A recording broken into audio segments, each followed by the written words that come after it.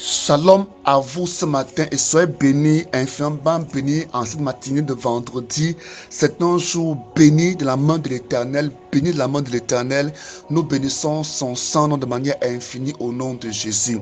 Je dis merci à tous ceux-là qui chaque jour partagent, prient pour nous et soutiennent cette œuvre qui certainement grandira sous la main puissante du Seigneur Jésus-Christ. Amen. Ce matin, nous continuerons à parler de la bénédiction d'Abraham. Je me fais comprendre que la bénédiction d'Abraham lui a été donnée gratuitement. Quand Dieu appelle à Abraham, Abraham est dans ses idolâtries, Abraham est dans le territoire de son père. Dieu l'a appelé, l'a béni sans lui demander de poser une action. Avant que Abraham ne pose une action de foi, Dieu l'avait déjà béni. Donc il faut bien comprendre que la bénédiction est enterrée à tes bonnes actions. Je répète, la bénédiction est enterrée à tes bonnes actions. Donc ne t'avance plus devant Dieu pour réclamer quoi que ce soit sur la base de tes actions.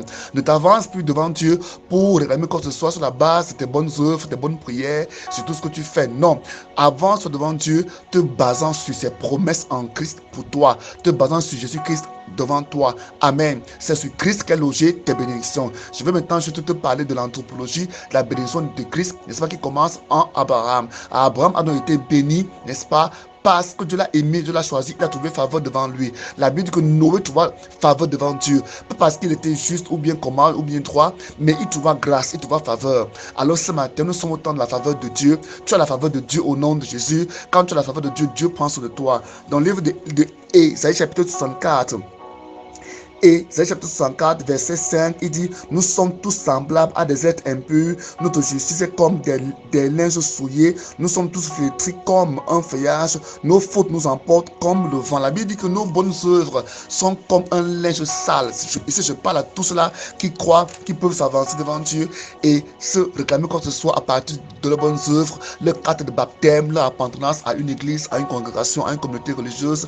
Attention, beaucoup se disent que c'est à cause de leurs dons, leurs offrandes. Il a construit tel nombre de paroisses, il soutient les pasteurs, les hommes de Dieu, les prêtres. Attention, ce n'est pas à cause de ces bonnes œuvres que tu es béni. Tu es béni avant même d'accomplir ces bonnes œuvres. Ton nom c'est béni de l'Éternel. Alors Abraham a été béni et ses bénédictions ont été transférées à Isaac. Isaac a été béni et il a été béni de la bénédiction d'Abraham. Ça veut dire que la bénédiction qu'Isaac avait n'était pas sa bénédiction, était la bénédiction d'Abraham son père. Il le transmit aussi, n'est-ce pas, à Jacob. Il ne transmet pas parce qu'il le voulait. Je me fais comprendre que Isaac voulait transférer sa bénédiction à Esau parce qu'il aimait Esau. Mais comme Dieu avait dit que c'était Jacob son choix, Dieu a tourné les événements en faveur de Jacob pour que Jacob reçoive quoi? La bénédiction. Jacob n'avait aucun droit, aucune possibilité, aucun aspect de quelqu'un qui avait droit à ça. D'abord, son père ne l'appréciait pas tellement, alors il ne peut pas vouloir le venir. Et on va voir que Esau, plus tard, quand il va venir pour n'est-ce pas, réclamer ces bénédictions-là qui lui étaient réservées, son père va le dire: voilà, j'ai béni ton frère avant toi et j'ai fait de lui ton maître et j'ai fait de toi son esclave. Et son fils Esau qui aimait a tout fait, il a pleuré, demandé à son père de le bénir. N'as-tu pas que cette seule bénédiction, mon père? Son père lui dit: écoute, j'ai béni ton frère et c'est terminé, c'est ainsi, c'est fait. Alors il faut donc comprendre que la bénédiction ne dépend même pas de celui qui bénit, ça dépend de Dieu. Je répète, la bénédiction ne dépend pas de celui qui bénit. Quelqu'un peut vouloir te bénir, mais comme tu n'es pas, n'est-ce pas, dans le couloir, dans ce que Dieu veut que tu fasses, Dieu ne va pas te permettre que cette bénédiction-là tombe sur ta tête. Elle peut même bénir, mais cette bénédiction ne va pas agir parce que Dieu n'est pas dedans. Malachie 2, verset 2 dit que Dieu est capable de maudire nos bénédictions. Donc la bénédiction vient de Dieu. La bénédiction ne vient pas des hommes. La bénédiction ne vient pas, n'est-ce pas, des êtres humains. Elle vient de Dieu. C'est écrit dans le livre de Genèse chapitre 27. Genèse chapitre 27, la Bible dit au verset 26: puis Isaac son père lui dit: approche-toi, viens m'embrasser mon fils. Jacob s'approcha et l'embrassa. Isaac sentit l'odeur de son fils et dit: oui, l'odeur de mon fils est comme la senteur d'un champ béni par l'Éternel. Oui, Dieu t'accorde la rosée qui descend du ciel, qui rend tes terres fertiles, qui te donne avec abondance du froment du froment et du vin, que des nations te soient assujetties et que devant toi des peuples se prosternent sur le chef de tes frères, que les fils de ta mère s'inclinent devant toi au nom de Jésus. Maudit soit qui te maudira, béni soit qui te bénira. Toi ce matin, ces bénédictions sont ta portion au nom de Jésus-Christ. Parce que les bénédictions que Dieu a déversées sur Jacob ne sont qu'une petite portion de ce qui est en Christ. Parce que ce qui est en Christ est encore plus large, et encore plus étendu. Mais ce matin, ces bénédictions sont ta portion au nom de Jésus. On va voir plus tard que lorsqu'il sort, je vous invite à lire, n'est-ce pas, Genèse chapitre 27 pour avoir une meilleure compréhension. Parce qu'en peu de temps, on ne peut pas tout expliquer. Mais allez lire Genèse chapitre 27, comment, n'est-ce pas, le choix de Dieu, n'est-ce pas, a été imposé à Isaac, bien qu'il ne voulait pas bénir. Dieu l'a d'abord rendu aveugle, parce que Dieu l'a rendu aveugle pour préparer, n'est-ce pas, ces bénédictions-là. Et Dieu a, n'est-ce pas, inversé le rôle en faisant en sorte que, n'est-ce pas, la viande qui voulait recevoir des mains de Esau pour le bénir, il a reçu des mains de Jacob, il a béni, croyant que c'était Esau. Alors, il faut donc comprendre, quand Dieu veut bénir, quand Dieu veut bénir quelqu'un, il tourne les circonstances, les événements à ton avantage. Alors, je prie que ce jour, que les événements et les circonstances en ce jour soient tournés à ton avantage. Au nom de Jésus, je prie pour toi que les événements, les circonstances cette semaine soient tournés à ton avantage. Au nom de Jésus, que je prie que les événements et les circonstances, les hommes soient tournés à ton avantage ce mois, cette année, au nom puissant de Jésus-Christ. Et quand il va venir vers son père avec la viande préparée, et il va crier, mon père, voici, j'ai apporté la viande. Son père va dire, mais qui es-tu? Il va dire, c'est moi, il sort. Il dit, mais qui est celui qui est venu prendre ses bénédictions? Alors, il s'écrit tous deux, c'est Jacob. Alors son père, son fils dit, oh mon père, verset 38, mon père, ne possèdes-tu qu'une seule bénédiction, mon père? Bénis-moi, moi aussi, mon père. Il s'est mis à pleurer à genoux, à grands cris.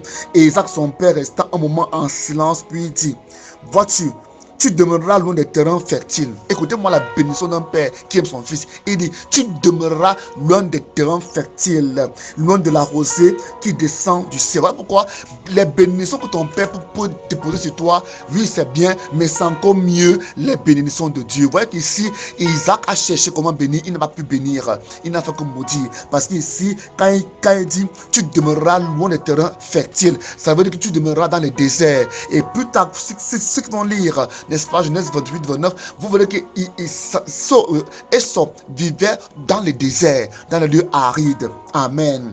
Il dit, tu vivras loin de la rosée qui nous descend du ciel. C'est grâce à ton épée que tu vivras. Écoutez, un homme béni ne vit pas grâce à son épée.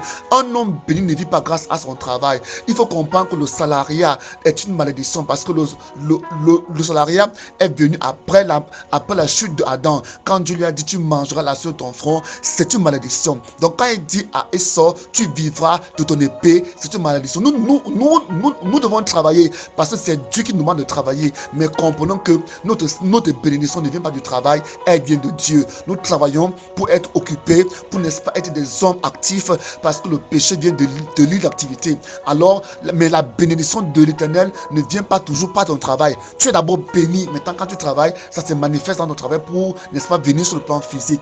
Alors la Bible dit que Esau, n'est-ce pas, il fut, n'est-ce pas, les paroles sur sa vie n'étaient pas de bonnes paroles. Ça montre ici clairement que ça ne dépend même pas de celui qui bénit, qui déclare. Dieu est capable de tourner la langue de ton ennemi pour te bénir. Alors je prie pour toi que Dieu tourne la langue de tes ennemis pour te bénir, que tes accusateurs deviennent tes défenseurs au nom de Jésus-Christ. Comme Balak et Balaam, quand ils voulaient maudire le peuple d'Israël, Dieu tourna sa langue en faveur du peuple d'Israël. Dès ce matin, que Dieu tourne les langues de tes contrediseurs, tes contradicteurs en ta faveur au nom de Jésus. Que Dieu tourne les mains, les actions.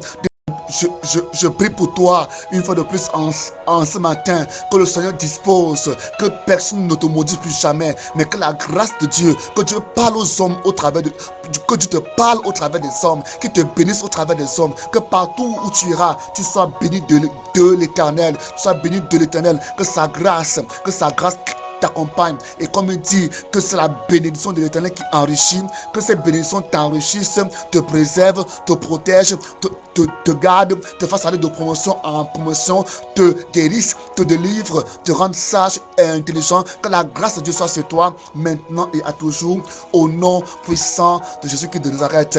Nous voyons ici ce matin que la bénédiction d'Abraham s'est répandue maintenant sur Jacob. Et quand elle se répand sur Jacob, elle va maintenant sur tout Israël.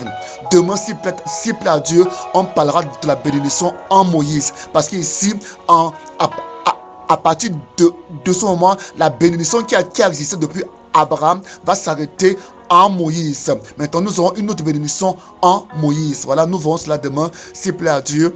Mon nom, c'est l'apôtre Bethlehem Bled. Mon contact, appelle WhatsApp sur le plus 237 699 97 82 47. Shalom.